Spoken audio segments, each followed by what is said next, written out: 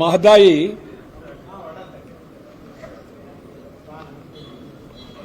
ನಮಗೆ ವಿರುದ್ಧವಾಗಿದೆ. ಕೇಂದ್ರ ಸರ್ಕಾರ ಗೋವಾದ ಪರವಾಗಿದೆ. 2018ರಲ್ಲಿ ನಮಗೆ 13.42 ಟಿಎಂಸಿ ನೀರು ಕೊಡಬೇಕು ಅಂತೇಳಿ ಮಹದಾಯಿ ನ್ಯಾಯಮಂಡಳಿ ತೀರ್ಮಾನ ಮಾಡಿದೆ.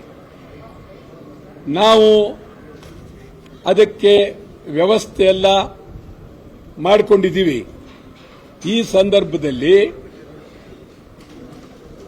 ಕೇಂದ್ರದ ಪರಿಸರ ಮಂತ್ರಿ, ಕೇಂದ್ರ ಸರ್ಕಾರ ಗೋವಾ ಮುಖ್ಯಮಂತ್ರಿಯವರಿಗೆ ಭರವಸೆ ಕೊಟ್ಟಿದ್ದಾರೆ ಅಂತ ಹೇಳಿ ಗೋವಾ ಮುಖ್ಯಮಂತ್ರಿಯವರು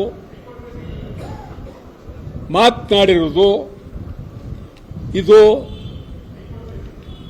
ಕರ್ನಾಟಕ ರಾಜ್ಯಕ್ಕೆ ಆಘಾತ, ಕರ್ನಾಟಕ ರಾಜ್ಯಕ್ಕೆ ಅನ್ಯಾಯ. ಬಹಳ ವರ್ಷಗಳ ಹೋರಾಟಕ್ಕೆ ನ್ಯಾಯಮಂಡಳಿ ಕೊಟ್ಟ ತೀರ್ಪನ್ನು ಇವರು ಧಿಕ್ಕರಿಸಿ ಕರ್ನಾಟಕಕ್ಕೆ ಬಹಳ ಮೋಸ ಮಾಡ್ತಾ ಇದ್ದಾರೆ. ನಮ್ಮ ಪಾರ್ಲಿಮೆಂಟ್ ಸದಸ್ಯರು ಬಿಜೆಪಿ ಆಗಲಿ, ಕಾಂಗ್ರೆಸ್ ಆಗಲಿ, ಜೆಡಿಎಸ್ ಆಗಲಿ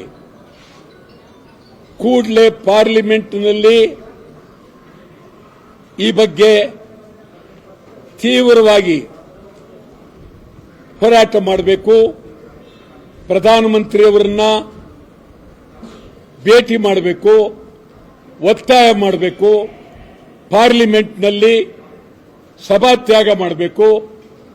ತೀವ್ರ ಹೋರಾಟ ಮಾಡೋದಾದರೆ ನಮ್ಮ ರಾಜ್ಯದ ಲೋಕಸಭಾ ಸದಸ್ಯರುಗಳಿಗೆ ಮೀಸೆ ಇದೆ, ಗಂಡಸ್ತನ ಇದೆ, ಶಕ್ತಿ ಇದೆ ಅಂತ ಈ ರಾಜ್ಯದ ಜನತೆ ಒಪ್ಕೊಳ್ತೀವಿ. ನೀವು ಈ ಬಗ್ಗೆ ಪಾರ್ಲಿಮೆಂಟ್ನಲ್ಲಿ ಗಲಾಟೆ ಮಾಡದೇ ಇದ್ದರೆ ನಿಮ್ಮನ್ನ ಬೀದಿ ಬೀದಿಯಲ್ಲಿ ಹರಾಜಾಗ್ತೀವಿ, ನಿಮ್ಮ ಮನೆಗಳ ಮುಂದೆ ಹೋರಾಟ ಮಾಡ್ತೀವಿ. ಕೇಂದ್ರ ಸರ್ಕಾರಕ್ಕೆ ನಾವು ತೀವ್ರವಾಗಿ ಉತ್ತರ ಕೊಡಬೇಕಾಗಿದೆ. ಕರ್ನಾಟಕದ ಎಲ್ಲ ಕನ್ನಡ ಪರ ಸಂಘಟನೆಗಳು, ಹೋರಾಟಗಾರರು, ಇದು ಉತ್ತರ ಕರ್ನಾಟಕ, ದಕ್ಷಿಣ ಕರ್ನಾಟಕ, ಕಲ್ಯಾಣ ಕರ್ನಾಟಕ ಅಲ್ಲ, ಅಖಂಡ ಕರ್ನಾಟಕದ ಸಮಗ್ರ ಕನ್ನಡಿಗರಿಗೆ ಮಾಡಿದಂತ ದ್ರೋಹ. ಈ ಸಂದರ್ಭದಲ್ಲಿ ನಾವು ತೀವ್ರ ಹೋರಾಟ ಮಾಡಬೇಕಾಗಿದೆ. ಕೇಂದ್ರದ ವಿರುದ್ಧ, ಗೋವಾದ ವಿರುದ್ಧ ಎಚ್ಚರಿಕೆ ಕೊಡ್ತಾನೆ. ಕರ್ನಾಟಕ ಬಂದ್ ಅನ್ನು ಕೊಡ್ತೇವೆ, ಕರ್ನಾಟಕ ಬಂದ್ ಅನ್ನು ಮಾಡ್ತೇವೆ. ಕೇಂದ್ರ ರಾಜ್ಯಗಳಿಗೆ ಯಾರೇ ಮಂತ್ರಿಗಳು ಕರ್ನಾಟಕ ಬಂದರು, ನಮಗೇನು ಅವ್ರ ಬಗ್ಗೆ ವೈಯಕ್ತಿಕವಾಗಿ ದ್ವೇಷ ಇಲ್ಲ, ಆದರೆ ಇಲ್ಲಿ ಬಂದು ಸಭೆ ಮಾಡಬಾರದು. ಮತ್ತು ಕರ್ನಾಟಕದ ಮಂತ್ರಿಗಳು ಯಾರಿದ್ದಾರೆ, ಕರ್ನಾಟಕ ಹೋಗಿರ್ತಕ್ಕಂಥವರು, ಅವರು ಕೂಡಲೇ ರಾಜೀನಾಮೆ ಕೊಡಬೇಕು. ಇಡೀ ಕರ್ನಾಟಕದ ಉದ್ದಗಲಕ್ಕೂ ಅಖಂಡ ಕರ್ನಾಟಕ ಹೋರಾಟವನ್ನ ಮಾಡ್ತೇವೆ ಅಂತ ಎಚ್ಚರಿಕೆಯನ್ನ ಕೊಡ್ತೇನೆ. ಇದು ಬಹಳ ಗಂಭೀರವಾದಂತ ವಿಚಾರ. ಯಾವುದೇ ಕಾರಣಕ್ಕೂ ಮಹದಾಯಿ ನ್ಯಾಯಮಂಡಳಿಯ ತೀರ್ಪನ್ನ ನಾವು ಕೇಂದ್ರ ಸರ್ಕಾರವನ್ನ ಒಪ್ಪಲೇಬೇಕು ಅಂತ ಹೇಳಿ ಒತ್ತಾಯ ಮಾಡ್ತಾ ಇದ್ದೇವೆ. ಇಡೀ ರಾಜ್ಯದ ಸಮಗ್ರ ಕನ್ನಡ ಪರ ಸಂಘಟನೆಗಳು, ಕನ್ನಡಿಗರು, ಹೋರಾಟಗಾರರು ಎಲ್ಲರೂ ಒಮ್ಮತದಲ್ಲಿ ನಿಂತು ತೀವ್ರವಾದ ಹೋರಾಟವನ್ನ ಮಾಡಬೇಕಾಗಿದೆ. ಎರಡನೇದು, ವಿಧಾನಸೌಧದ ಮುಂದೆ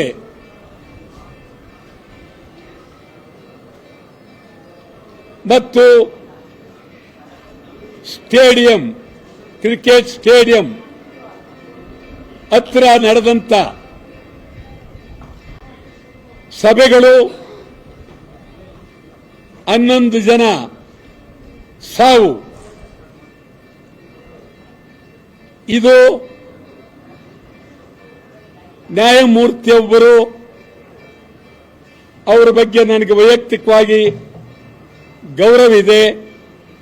ಅವರು ಕೊಟ್ಟಿರ್ತಕ್ಕಂಥ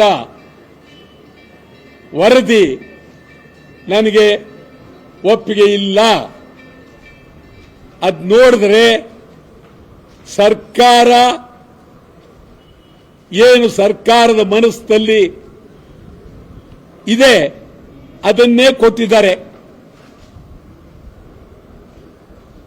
ಉನ್ನತ ಮಟ್ಟದ ಪೊಲೀಸ್ ಅಧಿಕಾರಿಗಳನ್ನ ಅಮಾನತಿದ್ದಾರೆ. ಸ್ಟೇಡಿಯಂನವ್ರನ್ನ ಎಲ್ಲರನ್ನೂ ಎಫ್ಐಆರ್ಗೆ ಕಳಿಸಿದ್ದಾರೆ.